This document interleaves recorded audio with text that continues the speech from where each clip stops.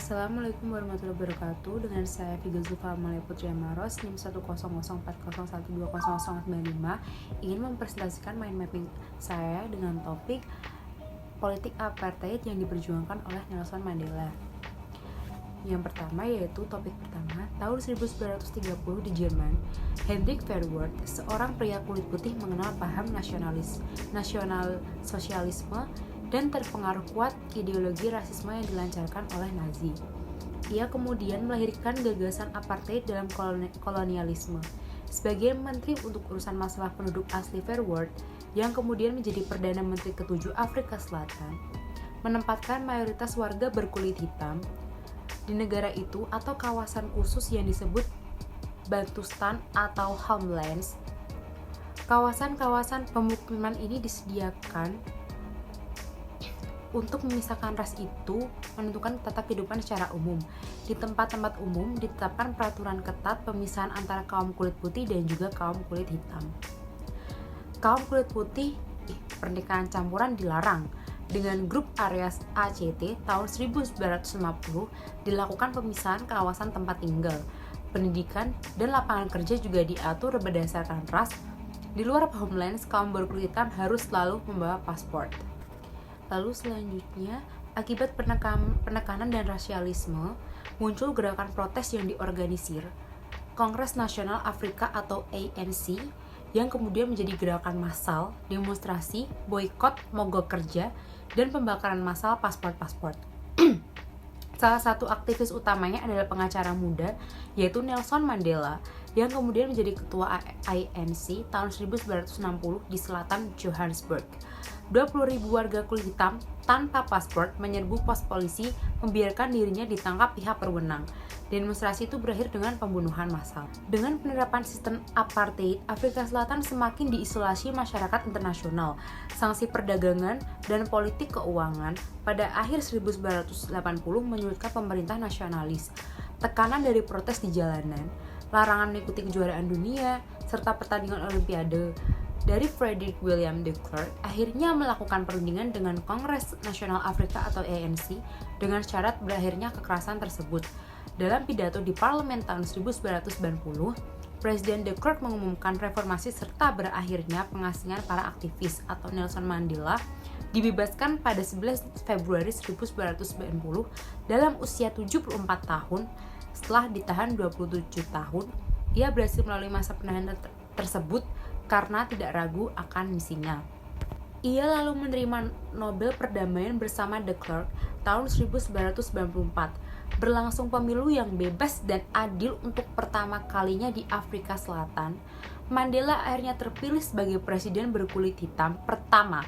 Pemerintahannya pun mengakhiri sistem apartheid dan merintisnya rekonsiliasi nasionalis. Selanjutnya membahas tentang konsep HAM.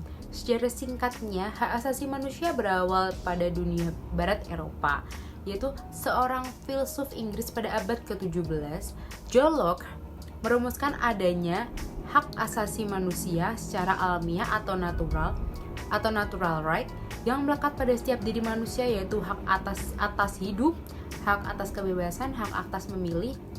Pada waktu itu, hak masih terbatas pada bidang sipil atau pribadi serta politik. Sejarah perkembangan hak asasi manusia dilandasi adanya 3 peristiwa penting di dunia barat, yaitu Magna Carta, Revolusi Amerika, dan Revolusi juga Prancis. Lalu prinsip HAM itu ada 6, universalitas, yaitu hak asasi manusia harus diberikan kepada semua orang tanpa kecuali. Argumentasi yang mendasari prinsip universalitas hak asasi manusia karena setiap orang berhak menikmati hak asasinya semata-mata hanya ia karena manusia. Yang kedua, tidak terpisahkan. Hak asasi manusia tidak terpisahkan dan saling tergantung, yang berarti bahwa untuk menjamin hak-hak tersebut atau hak sipil dan politik, pemerintah juga harus memastikan hak-hak ekonomi, sosial dan budaya, dan sebaliknya. Lalu yang ketiga, partisipasi. Setiap orang memiliki hak untuk berpartisipasi dalam proses pengambilan keputusan-keputusan mengenai perlindungan hak mereka. Yang keempat, akuntabilitas. Pemerintah harus membuat mekanisme akuntabilitas terkait dengan upaya penegakan HAM. Lalu yang kelima, transparansi. keterbukaan tentang semua proses informasi, dan pengambilan keputusan yang berkaitan dengan penjaminan hak-hak warga negara. Lalu keenam, non-diskriminasi. Hak asasi manusia harus dijamin tanpa diskriminasi atas dasar pertimbangan apapun. Hak asasi sendiri ada 5 sifat, yaitu bersifat universal. Adanya HAM bersifat universal, yaitu hak asasi manusia dimiliki oleh setiap manusia tanpa terkecuali, tanpa mempertimbangkan adanya perbedaan suku, ras, agama, dan juga bangsa. Yang kedua, bersifat hakiki. Artinya setiap manusia memilikinya sejak lahir. Hak asasi manusia dimiliki oleh semua manusia sejak pertama kali dilahirkan ke muka bumi sebagai pemberian dari Tuhan Yang Maha Esa. Yang ketiga, itu bersifat utuh, yang artinya hak asasi manusia itu tidak dapat dibagi bagi semua orang berhak mendapatkan sebuah hak secara utuh tanpa dibagi-bagi. Contohnya seperti hak politik, hak ekonomi, hak sosial, dan juga hak budaya. Lalu yang keempat, bersifat tetap, artinya HAM tidak bisa dicabut oleh pihak-pihak manapun. Karena setiap manusia punya hak asasi sejak kecil sampai orang tersebut meninggal tanpa dapat dihilangkan dan dicabut hak asasinya. Yang kelima, yaitu bersifat kodrati. Berarti hak asasi ini merupakan pemberian dari Tuhan Yang Maha Esa. Tiap manusia yang lahir otomatis akan memiliki HAM sebagai anugerah dari Tuhan, sebagaimana kodrat manusia sebagai makhluk dari ciptaan Tuhan Yang Maha Esa. Selanjutnya, perkembangan HAM di dunia. Yang pertama adalah Magna Carta. Piagam perjanjian antara Raja John dari Inggris dengan para bangsawan disebut Magna Carta. Isinya adalah pemberian jaminan beberapa hak oleh raja kepada para bangsawan beserta keturunannya, seperti hak untuk tidak dipenjarakan tanpa adanya pemeriksaan pengadilan. Yang kedua, Revolusi Amerika pada tahun 1776. Perang kemerdekaan rakyat Amerika Serikat saat melawan penjajah Inggris disebut Revolusi Amerika Declaration of Independence. Deklarasi kemerdekaan dari Amerika Serikat menjadi negara kemerdekaan pada tanggal 4 Juli 1776 merupakan hasil dari revolusi itu. Lalu yang ketiga adalah Revolusi Prancis pada tahun 1789.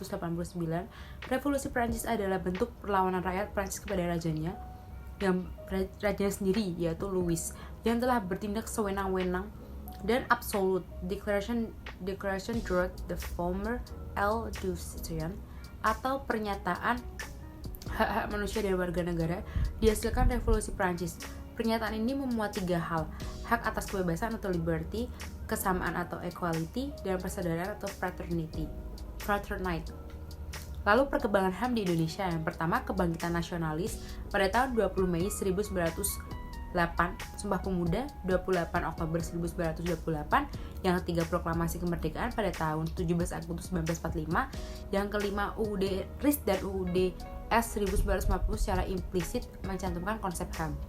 Lalu Sidang Umum MPRS tahun 1966 menetapkan ketetapan MPRS 1966 tentang penentukan panitia ad hoc untuk menyiapkan dokumen rancangan piagam HAM. Lalu tahun 1933 berdasarkan keputusan Presiden nomor 50 tahun 1993 dibentuk Komisi Hak Asasi Manusia. Lalu perumusan HAM mencapai kemajuan dengan dimasukkan masalah ini dalam GBHN tahun 1998. Sidang Istimewa MPR 1998 telah berhasil merumuskan piagam HAM secara eksplisit lewat ketetapan MPR RI 1998 tentang pandangan dan sikap bangsa Indonesia terhadap HAM. Lalu ketetapan MPR ini dijabarkan dalam Undang-Undang RI nomor 39 tahun 2000 sebagai hukum positif bagi pelaksanaan di Indonesia. Sekian dari presentasi dari mind mapping saya yang bertemakan politik apartheid yang diperjuangkan oleh Nelson Mandela dan juga konsep HAM di Indonesia maupun di dunia.